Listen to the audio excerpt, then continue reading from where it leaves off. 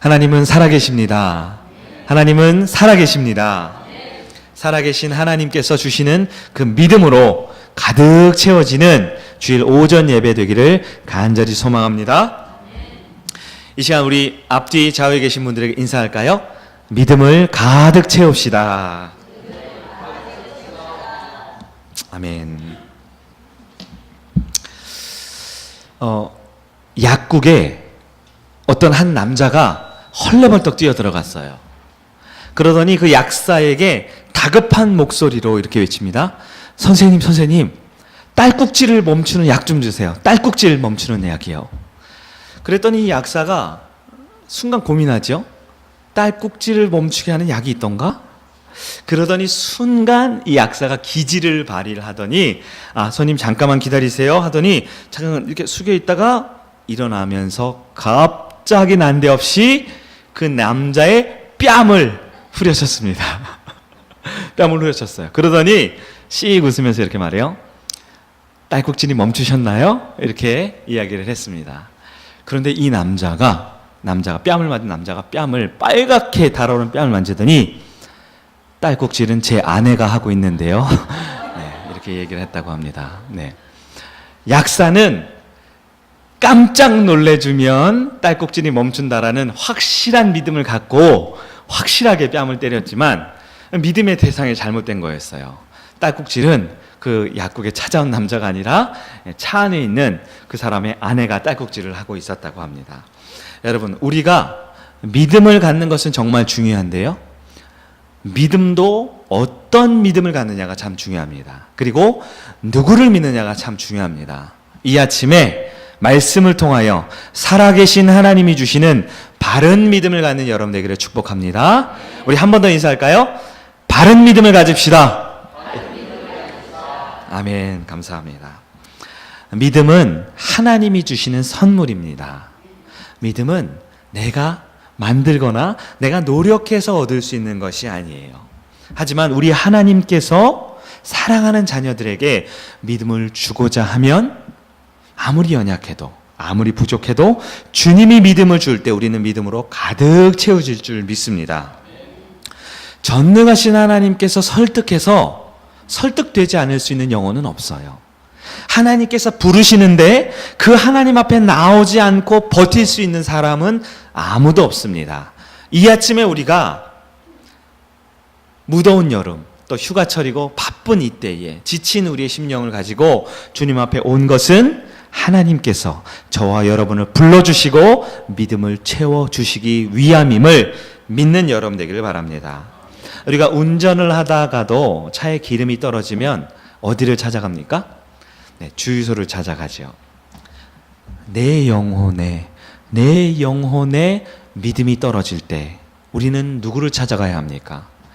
그러나 우리 하나님은요, 내가 주님을 찾기도 전에 먼저 누구보다 빠르게 내 인생 가운데 내 삶에 찾아오셔서 우리에게 믿음을 가득 채워주시는 주님인 줄 믿습니다.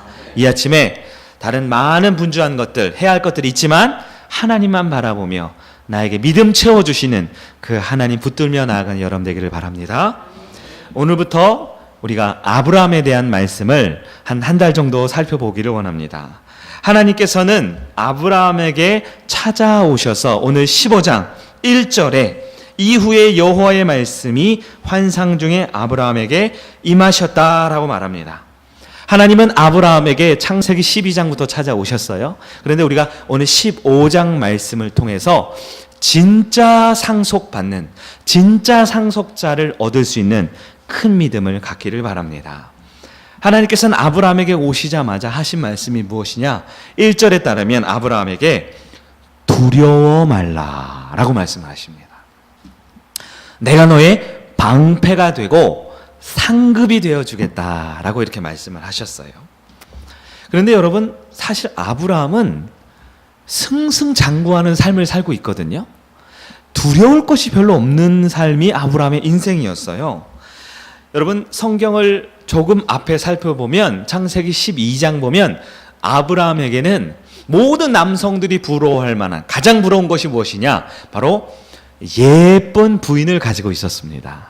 창세기 12장 14절에 따르면 아브라함의 아내 사라라는 여인은 너무나 아리따운 여인이었어요.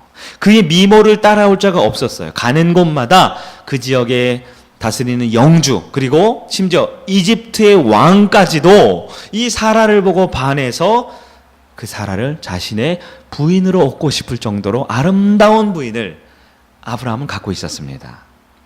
남성분들 부러우세요? 부러우세요? 네, 안 부러우시다고 해야 되는 거예요, 지금은. 네.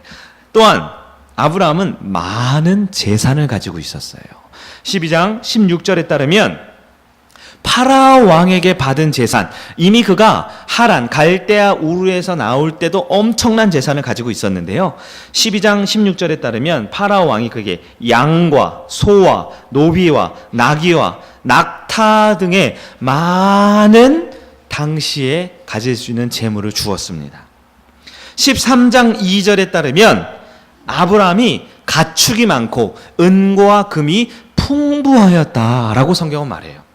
13장 6절에 따르면요, 우리가 잘 아는 본문이죠. 심지어 그의 소유가 너무 많아서 그의 조카 롯과 땅을 나눌 정도로, 그가 가진 양과 노비들이 너무 많아서 이 지역을 나눠야 할 정도로 많은 재산을 가지고 있었어요. 오늘날로 따지면 많은 재산과 예쁜 부인을 가진 남부러울 것 없는 사람이죠. 그가 가진 부족이 얼마나 됐을까요? 창세기 14장 14절 보면 그가 이 바벨론 연합 왕이 그에게 찾아와서 그의 가진 모든 재산과 부인을 빼앗아갔을 때 아브라함이 롯을 위해 어떻게 했느냐? 정예군, 훈련된 정예군이 창세기 14장 14절에 따르면 318명. 몇 명이요? 318명. 이 정예군을 우리가 잘 알아야 돼요. 정예군은 남자의 수가 아니고요, 남자 중에서 길리고 훈련된, 즉 20살 정도부터 해서 약 60세까지 이 칼을 들 수 있는 남자들 중에서도 아주 잘 훈련되어 있는 정예 군사를 말합니다. 그 사람이 318명이라는 얘기는요, 여러분, 아브라함이 데리고 있었던 그 아브라함의 족속, 그 가문 몇 명이나 됐을까요? 잘 훈련된 정예 군사가 318명. 그러면 대충 남자의 숫자가 갓난아이부터 우리 청소년, 그리고 60세가 넘어간 우리 어르신에게 이르면 최소한 남자만 500명 이상 되지 않았을까요? 그러면 여러분, 어느 민족, 어느 족속이나 남자만큼 여자는 있게 돼 있어요. 그러면 성경에 그 숫자를 기록하진 않았지만 아브라함이 데리고 살았던 그 족속, 노예와 가족이 최소 몇 명이 될까요? 네, 1000명 이상은 되는 거예요. 아브라함은 그저 그런 시시한, 그냥 한 열댓 명 데리고 다니면서 양 키우고 목동 키우는 사람이 아니었습니다. 은과 금과 노비와 낙타가 어마어마하게 많았고, 가장 그 지방에서 예쁜 부인을 얻을 수 있을 정도로 유력자였고, 심지어 그가 가진 정예군만 318명이 될 정도였어요. 성경에 따르면 바벨론 연합군 왕 네 나라가 힘을 합쳐서 롯과 그의 자녀들을 다 잡아갈 때 이 아브라함이 용감하게 싸워서 그 모든 식솔들을 되찾아왔다라고 말합니다. 남부러울 것 하나 없는 사람이에요. 가진 것 다 가진 사람입니다. 그런데 하나님께서 오늘 본문에게 15장 1절에 나타나신 하나님은 아브라함에게 첫 마디가 뭐라고요? 두려워하지 말아라. 여러분, 아브라함이 두려울 것이 뭐가 있습니까?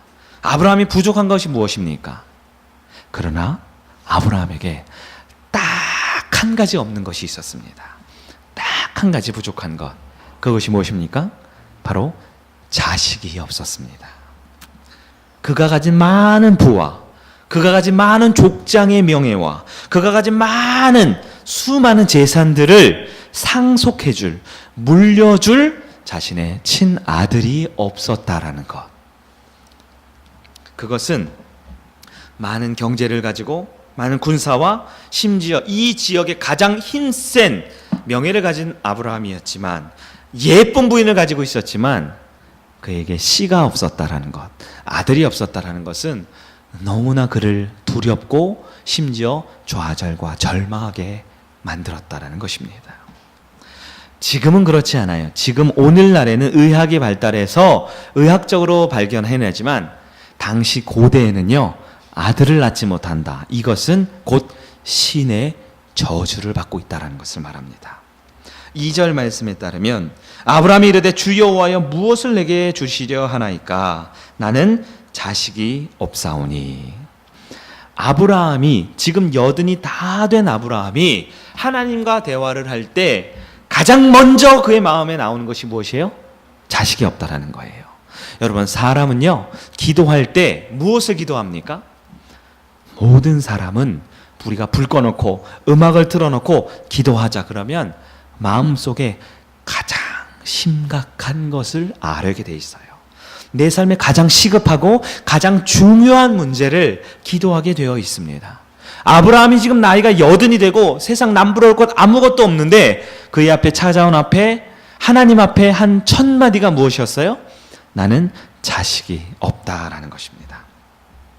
아브라함은 육신의 나이로 이미 80살 되었기 때문에 이제 내가 아들을 낳는 것은 불가능하다라고 포기하고 있었습니다.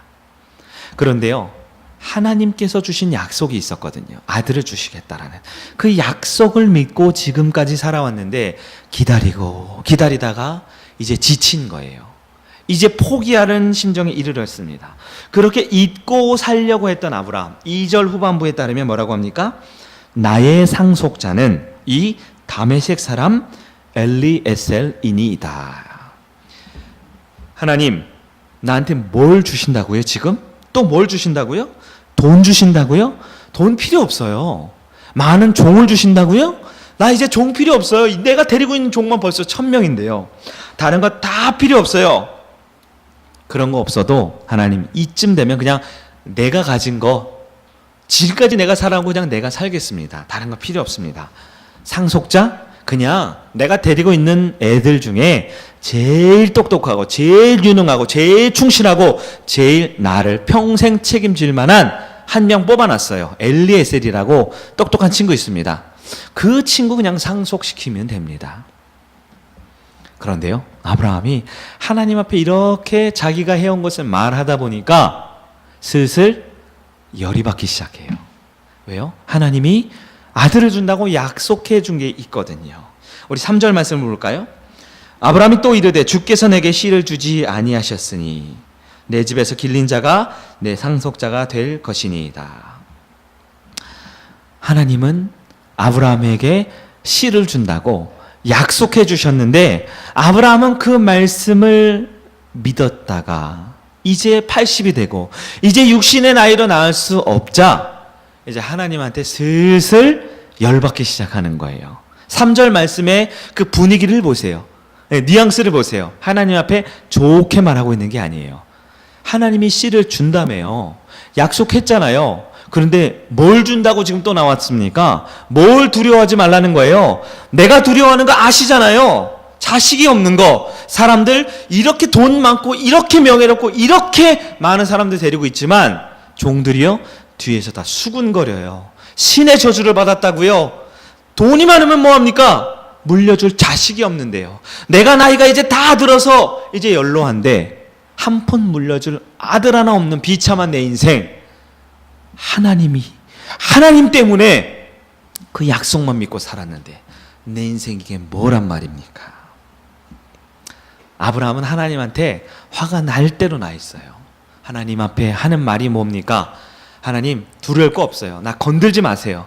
이제 내 인생 내 힘으로 내가 엘리에셀 세우고 내 마음대로 살 테니까 이제 나 내버려 두세요 하는 것입니다. 여러분, 믿음이 없으면 하나님이 약속을 하셨음에도 불구하고 자기 힘으로 자기 뜻대로 상속자를 세우며 살아가는 것입니다. 오늘날 우리의 삶에도 고민되는 것이 있어요. 우리가 기도의 제목이라는 것이 있죠. 우리가 오랫동안 기도해도 염려되고 걱정되고 우리가 주님 앞에 예배를 드리지만 내 마음 한쪽 구석에는 여전히 부담과 어려움으로 자리 잡고 있는 것이 있습니다. 그럴 때 우리 하나님은 뭐 하십니까? 우리가 믿고 예배하는 하나님은 과연 어떤 분이길래 이렇게 예배하고 주님 앞에 예물도 드리고 말씀 듣고 있는 우리 가운데 왜 그 두려움의 문제, 어려움의 문제를 그냥 두실까요? 심지어 우리가 새벽마다 또 수요일마다 열심히 오랫동안 지난 몇 개월 혹은 수년 동안 기도하고 기도했지만 응답이 안 되는 것 같은 문제가 있잖아요. 그 영혼 너무 사랑하는 마음으로 오랫동안 기도했는데 꿈쩍하지 않는 그 영혼 보면 우리는 지치고 힘들 때가 있어요. 아무리 기도해도 응답이 안 될 것 같을 때, 원하는 것을 하나님이 주지 않는 것 같을 때 우리는 낙심하고 그 문제 앞에 두려워합니다.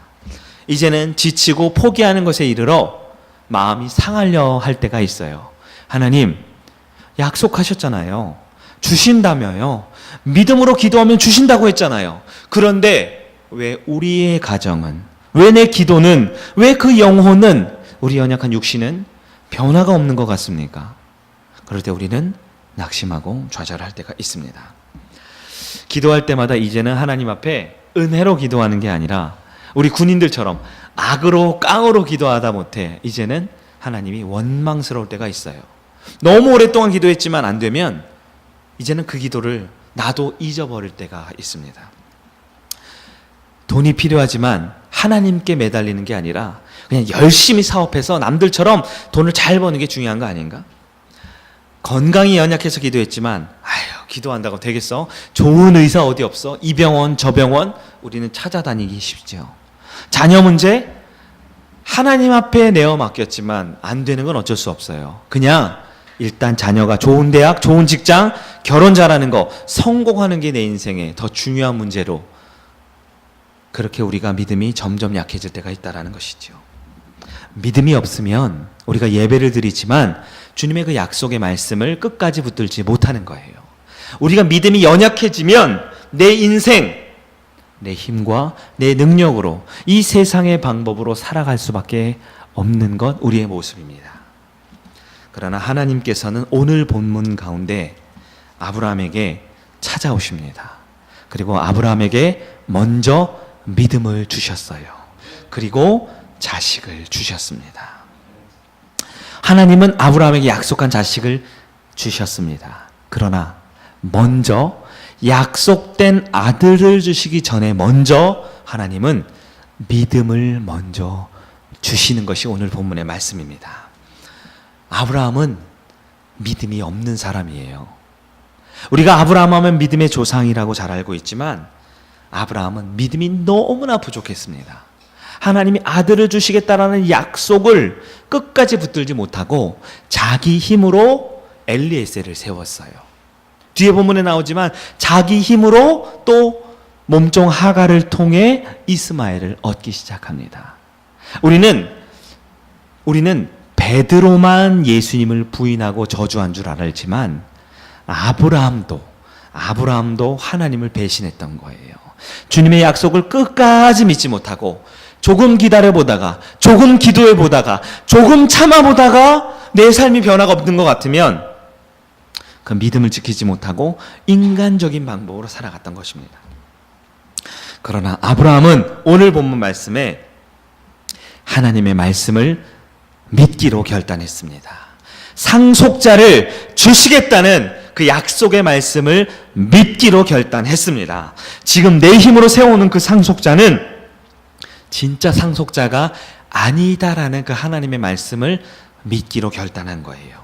하늘의 별을 볼 때 그 별을 보고 내 후손을 저 하늘의 별과 같이 많게 해주신다라는 주님의 약속을 믿기로 결단했습니다. 이러한 믿음의 결단을 하는 여러분들에게 축복합니다. 두려워했던 아브라함, 어떻게 하나님의 약속을 믿었을까요? 우리 4절 말씀을 같이 한번 읽어봅니다. 15장 4절입니다. 같이 한번 읽어봅니다. 시작.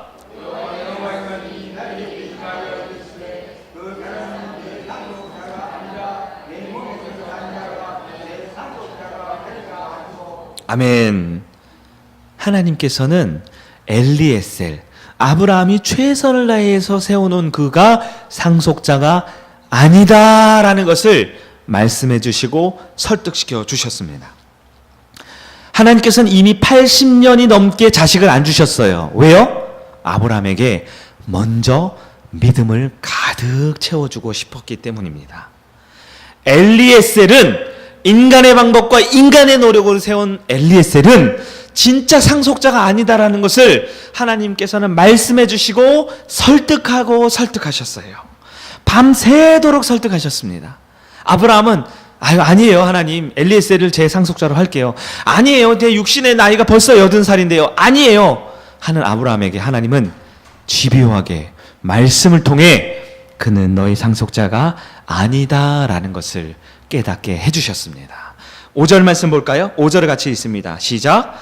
그를 이끌고 밖으로 나가 이르시되 하늘 우러러 뭇별을 셀 수 있나 보라. 또 그에게 이르시되 내 자손이 이와 같으리라. 아멘. 하나님은 그 텐트 밖, 장막 밖에 있는 하늘의 무수한 별을 보면서 그 별들이 하나님이 허락하실 내 후손이라는 사실을 믿게 만들어 주셨습니다.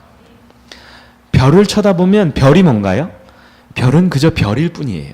하지만 하나님께서는 아브라함에게 믿음을 주시자 그 별이 하나님이 나에게 주실 그 수많은 후손으로 볼 수 있는 믿음을 허락해 주셨습니다. 그가 가지고 있던 의심, 그가 하나님을 향한 원망, 그 모든 두려움을 하나님께서는 사라지게 하시고 그 별을 통하여 눈앞에 보이는 수많은 별들이 바로 내 자손임을 믿을 수 있는 믿음을 심어 주셨다라는 것입니다. 6절 말씀을 우리 함께 봅니다. 6절입니다. 시작. 아브라함이 여호와를 믿으니 여호와께서 이를 그의 의로 여기시고. 아멘. 하나님께서는 아브라함에게 믿음을 주셨고 그것을 그의 의로 여기셨습니다. 여러분, 이 6절 말씀이 너무나 중요한 거 아세요? 아브라함이 어떻게 했다고요? 여호와를 믿으니. 이 말씀이 무슨 뜻입니까? 그 전까지는 못 믿었다는 거예요. 그 전까지는 믿고 싶었지만 완전한 믿음이 아니었다라는 거예요. 여러분 아시죠? 창세기 12장부터 아브라함이 나와요. 12장에 나오고 13장에 나오고 14장에 나오고 오늘 보면 15장에 이르기까지 수년 동안 아브라함은 하나님을 만나고 여러 말씀을 듣고 여러 은혜로 살았지만 여전히 그의 믿음은 완전한 믿음이 아니었던 거예요. 믿는다고 생각했지만 믿지 못했습니다. 믿는다고 생각했지만 온전한 믿음이 아니었어요. 그러나 오늘 하나님께서는 아브라함에게 믿음을 가득 채워주시자 아브라함이 드디어 하나님을 온전히 믿게 되었다라고 성경은 말하고 있는 것입니다. 여러분, 믿음은 내가 만드는 것이 아닙니다. 믿음은 살아계신 하나님께서 사랑하는 자녀에게 부어주실 때 믿음이 충만하게 된다는 사실을 기억하기를 바랍니다. 하나님은 아브라함의 가장 두려워하는 것을 잘 알고 계세요. 아브라함의 약점을 잘 알고 계세요. 그의 인생 가운데 가장 연약하고 가장 부족하고 그가 가장 두려워하고 고통 가운데 있는 그것을 잘 알고 계셨습니다. 그래서 하나님께서는 그 약점을 해결해 주고 싶으신데요.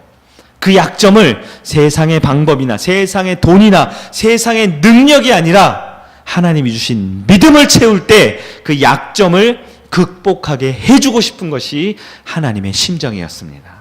우리 하나님은 아브라함에게 왜 이러한 방법을 통해서 믿음을 주십니까?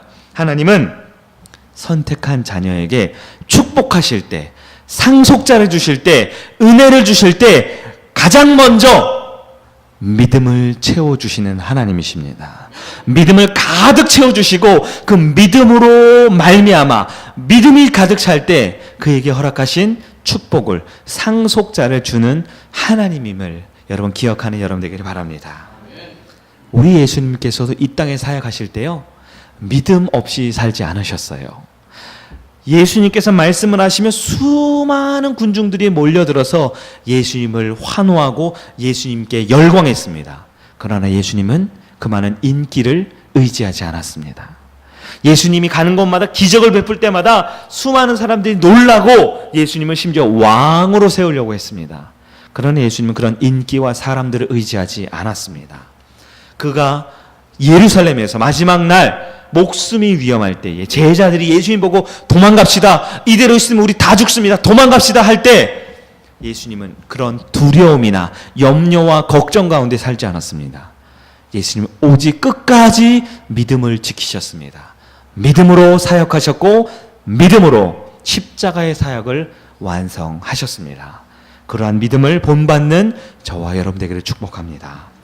하나님께서는 아브라함에게 진짜 상속자, 진짜 아들, 진짜 복을 주셨습니다. 어떻게 주셨죠?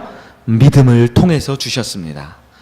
이 시간 저와 여러분에게도 하나님께서는 진짜 상속자를 주기 원하십니다. 진짜 축복을 주기 원하십니다. 하나님께서 주고자 하는 그 놀라운 은혜와 축복을 주기 원하십니다. 믿음을 갖는 여러분 되기를 축복합니다. 하나님은 우리에게 믿음 없는 자에게 돈을 먼저 주지 않습니다. 살아가는 자녀들에게 이 세상이 부러울 만한 것들을 먼저 주지 않습니다. 왜요? 믿음이 없으면 나에게 주어진 물질 타락하는 데 쓰거든요. 믿음이 없으면 나에게 주어진 건강, 하나님께 영광이 아니라 나의 욕망과 유익을 위해 사는 것이 인간의 본성이거든요. 하나님은 내 사랑하는 자녀가 결코 이 세상 가운데 타락하고 주님 품을 멀리 떠나는 것을 두고 보는 분이 아니십니다. 하나님은 우리를 사랑하시기 때문에, 우리를 끝까지 붙들고 싶으시기 때문에 저와 여러분에게 먼저 믿음을 주시는 주님인 줄 믿기를 바랍니다. 하나님은 우리의 연약함을 잘 알고 계세요. 우리의 육신에, 우리의 물질에, 우리의 가정에, 우리의 삶에 가장 연약하고 그런 약점, 고통의 문제를 누구보다 잘 알고 계십니다. 그렇기 때문에 그 문제를 극복할 수 있도록 해주고 싶어 하시는 사랑의 하나님임을 기억하는 여러분 되길 바랍니다. 하나님이 어떻게 역사합니까? 바로 당장 우리에게 많은 금은 보화를 주실 수 있고 우리가 원하는 것 당장에 주실 수 있지만 우리의 연약함을 너무나 잘 아시기에 우리 하나님은 언제나 늘 먼저 믿음을 채워주시는 주님임을 기억하는 여러분 되기를 축복합니다. 사랑하는 여러분, 우리 힘과 우리 능력으로 세운 가짜 상속자들이 우리 인생 가운데 많이 있습니다. 주일날 은혜를 받고 성령 충만해서 믿음을 가지고 산다고 하지만 우리의 가정에 가보면, 우리 직장에 가보면, 우리 삶의 현장에 가보면 수많은 불신자들과 수많은 세상의 가운데 우리는 너무나 믿음이 흔들려 버려요. 그러면 나를 지키기 위해, 우리 가족을 지키기 위해, 내 사랑하는 것 지키기 위해서 나도 모르게 어쩔 수 없이 가짜 상속자들을 우리는 세우게 됩니다. 물질을 의지하고 이 세상의 지혜, 이 세상의 방법을 의지하고 하나님을 잠시 내려놓고 세상의 기준과 가치관대로 가짜 엘리에셀을, 가짜 상속자를 세우는 것이 우리의 연약함입니다. 그러나 사랑하는 여러분, 이 아침에 아브라함에게 찾아오셨던 그 하나님이 저와 여러분에게 찾아올 줄 믿습니다. 이 시간 우리가 그 무엇보다 믿음으로 나의 심령을 가득 채우는 여러분 되기를 축복합니다. 믿음이 없으면 하늘의 별을 보면 그저 별일 뿐입니다. 한숨과 탄식밖에 나오지 않습니다. 그러나 우리가 믿음을 가지게 되면 하늘의 별을 볼 때에 하나님 주신 놀라운 축복과 은혜를 바라볼 수 있는 영안이 열릴 줄 믿습니다. 믿음이 있을 때 우리는 진짜 상속자를 얻는 축복 누리게 됨을 믿기를 바랍니다. 한번 저를 한번 따라 해칠까요? 믿음은 가짜가 아니라 진짜를 얻게 한다. 아멘. 아브라함은 하란을 하나님 말씀대로 떠났어요. 아브라함은 하나님을 섬기겠다고 했습니다. 그러나 그러한 아브라함에게 하나님이 찾아오셔서 믿음을 넣어주지 않으면 아브라함은 쓰러질 수밖에 없어요. 아브라함은 믿음의 조상이 되기 전까지 수많은 세상에서 자기의 방법과 자기의 생각으로 살아오면서 내 힘으로 살았던 사람입니다. 그러나 오늘 본문 말씀에 하나님이 찾아오셔서 그에게 다른 그 무엇보다 믿음을 넣어주실 때 그는 진정한 상속자를 얻게 되었습니다. 오늘 보면 이어지는 7절 보면 아브라함이 믿음을 드디어 갖고 하나님을 믿기 시작할 때 아브라함은 그 약속한 땅을 얻게 되었습니다. 약속한 후손을 얻게 되었습니다. 오늘날까지도 수천 년이 지난 지금까지도 믿음의 조상으로 칭찬받는 믿음의 아버지가 되었다라는 사실을 믿기를 바랍니다. 이 시간 우리가 믿음을 가질 때 우리에게도 주님이 약속한 땅을 주실 줄 믿습니다. 하나님이 약속한 영적인 후손들, 우리의 영적인 상속을 허락해 주실 줄 믿습니다. 이 시대에 그 무엇보다 필요한 하나님을 믿는 굳건한 믿음으로 믿음의 조상이 되는 은혜가 있는 여러분 되기를 축복합니다. 이 시대 우리는 예배를 드릴 때 무엇이 필요합니까? 하나님께서 김 목사에게 매일 새벽마다 새벽 예배를 인도하고 기도할 때마다 주시는 음성이 있어요. 제 모습을 보면, 제 능력을 보면 좌절할 때가 있어요. 너무 부끄러운 고백이지만 저의 모습을 보면 도망가고 싶을 때가 있어요. 제 능력을 보면 도저히 감당할 수 없는 무거운 짐 앞에 두렵습니다. 기도가 나오지 않고 흐느낌만 나올 때가 있어요. 그럴 때 하나님께서 새벽마다 주시는 말씀이 믿음을 가지라라는 말씀을 허락해 주십니다. 처음부터 사람이 가진 능력으로 하는 것이 아니라, 처음부터 사람이 가진 힘으로 하는 것이 아니라, 이 교회, 주님의 몸된 교회, 하나님이 예비하시고 하나님이 일으키시고 하나님이 세워갈 줄 믿습니다. 저에게 필요한 것도 믿음입니다. 부족한 김 목사를 위해, 믿음을 위해 기도해 주시는 여러분 되기를 바랍니다. 그럴 때마다 하나님이 주시는 음성이 있어요. 이 시대 우리 사랑하는 성도님들에게 무슨 말씀을 전해야 하는가? 저도 사람인지라, 저도 인간인지라 좋은 말씀 해드리고 싶고, 따뜻한 말씀 해드리고 싶고, 재미있는 웃기는 얘기 한 번만 하는 게 아니라 3번, 4번씩 하고 싶을 때가 있어요. 그런데 주님께서 제 마음 가운데 이런 말씀을 하세요. 제가 수예배 때도 잠시 얘기했지만, 의사 한 사람이 잘못 판단하면 한 명의 환자를 죽이고, 의사 한 사람이 수술 잘못하면 한 사람의 생명이 위협받지만, 영적인 의사가, 영적인 지도자가 말씀을 잘못 전하면 허다한 무리가 상처받고, 허다한 무리가 영혼이 말라가고, 허다한 무리가 죽어갈 수 있다라는 그 의미심장하고 두려운 말씀을 저에게 해주십니다. 그러면서 이 시대 성도, 이 시대의 사람들은 지금도 영적인 암으로 인해 고통당하고, 영적으로 언제 심장이 멎을지 모르는 심장마비에 걸려 있는데, 손톱을 잘라주고 머리를 빗겨주고 예쁘다고 해주는 말이 아니라 그 암세포를 드러내는 생명력 있는 말씀을 증거해야 한다. 그 영혼을 살리는, 심장을 다시 뛰게 하는 하나님의 음성을 전해야 한다. 그 말씀으로 하나님께서 늘 저를 아침마다 채찍질 하시는 것을 듣게 됩니다. 사랑하는 여러분, 이 시대에 오늘 우리가 예배를 드리면서 우리에게 필요한 것이 무엇입니까? 따뜻한 음성, 좋은 말, 삶의 지혜도 필요하지만 우리에게 필요한 것은 생명력 있는 오직 하나님의 음성일 줄 믿습니다. 이 시간 우리가 믿음을 가질 때 부족하고 연약한 한 사람의 설교이지만, 이 설교가 그저 30분, 40분의 말씀이 아니라 그 가운데 역사하시는 하나님을 만나는 여러분 되기를 축복합니다. 우리가 믿음을 가질 때 말은 막대기보다 못한 자에게 나오는 말씀이지만 우리가 성령 충만해질 줄 믿습니다. 우리가 믿음을 가지고 하나님을 바라볼 때 우리가 벙어리가 말씀을 전한다 할지라도 그 가운데 우리의 심령을 가득 채우는 그 하나님을 만나게 될 줄 믿습니다. 이 아침 믿음을 갖는 여러분 되기를 축복합니다. 우리의 인생은 기다리고 기다려도 두려움과 염려와 걱정밖에 없는 인생입니다. 그러나 믿음을 가지시길 바랍니다. 큰 믿음 가지시기 바랍니다. 믿음이 없으면 고개를 돌려 세상을 바라보면 두려움과 염려와 걱정밖에 없지만, 믿음이 있으면 하나님을 볼 수 있습니다. 믿음이 있으면 하나님이 나에게 꼭 맞는 그 기도 응답과 믿음의 진짜 상속자, 큰 축복을 믿음으로 보는 여러분 되기를 축원합니다. 우리가 교회를 다닙니다. 우리가 예배를 드립니다. 그러나 아브라함과 같이 매일매일 하나님 앞에 나아가지만 우리의 믿음은 하나님이 불어넣어 주시지 않으면 결코 이 세상을 감당할 수 없습니다.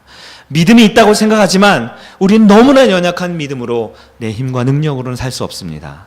이 시간 우리가 말씀 앞에서 나를 찾아오시고 나에게 말씀하시는 그 하나님을 바라보며 믿음을 간구하는 여러분 되길 바랍니다. 주님을 만나면 믿음을 가득 채워주십니다. 예배는 삶의 지혜를 얻는 시간이 아닙니다. 다음 주부터 우리가 시작되는 제자 훈련은, 말씀 양육은 진리를 깨닫는 시간이 아닙니다. 예배도 훈련도 우리 전교인 수련회도 믿음을 채우는 시간입니다. 우리 신앙의 모든 활동들을 통하여 나를 향하신 그 하나님이 믿음으로 가득 채워주시는, 주변에 있는 주유소보다 더 빠르고 신속하게 내 영혼을 가득 채워주시는 그 하나님을 만나고 하나님으로 충만한 우리 성육교회 모든 성도님들 되기를 주님의 이름으로 축원합니다. 아멘. 이제 우리 자리에서 일어나서 우리 찬양 하나 부르고 또 믿음으로 기도하며 나가겠습니다. 우리 새로운 예수님 찬양 222장, 우리 주님과 같이 우리 가사를 생각하며 찬양하겠습니다.